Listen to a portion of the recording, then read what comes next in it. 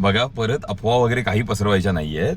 आज कामानिमित्त माझा एक मित्र आला पुण्याहून. मग त्याला म्हटलं नाश्त्याला घेऊन जाऊ, आणि चिपळूणची एक ओळख आहे वैभव हॉटेल, तिथे घेऊन गेलो. तर म्हटलं साहेब नाश्ता करायला आलोय. तर म्हटलं थांबा, काय पाहिजे आधी मला सांगा. म्हणले सगळं संपलंय आणि आता फार काही मिळणार नाही. म्हटलं का? सिलेंडर संपलाय, माझ्याकडे सिलेंडरच नाही आहे. म्हटलं खरंच सिलेंडर संपलाय की काही दुसरा प्रॉब्लेम आहे, की तुम्हाला म्हणजे नक्की काय प्रकार तो सांगाल का? तर नाही, खरंच सिलेंडरसाठी प्रयत्न करतोय 2-4 दिवस, तर नाही मिळत आहे आणि आज अखेर तो संपलेला आहे. आणि आता आमच्या इथे कोणताही पदार्थ शिल्लक नाही अदर दॅन मिसळ, ती सुद्धा सकाळच्या नाश्त्याच्या वेळातली थोडी शिल्लक राहिलेली असल्या कारणानं. पण आता म्हटलं काय करावं आणि काय करू नये. परवा म्हटलं होतं चिपळूणात अशी अशी परिस्थिती चालू आहे, सांगितलं तर काही एका विशिष्ट पंथाचे लोक मलाच बोलत होते.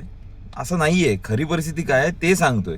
आता ह्याच्यात फेक नरेटिव्ह पसरवण्याचा विषय कुठे येतो? येतच नाही. आता हे ओळखीचं हॉटेल, तिथे खायला गेलो, ते समोर न सांगतात सिलेंडर संपलं आणि आमच्याकडे आता अवेलेबल काहीच नाहीये. मग आता हे मी म्हटलं किती अफवा, आणि त्यांनी सांगितली की वस्तुस्थिती जी तुम्हाला मान्य करायची नाहीये.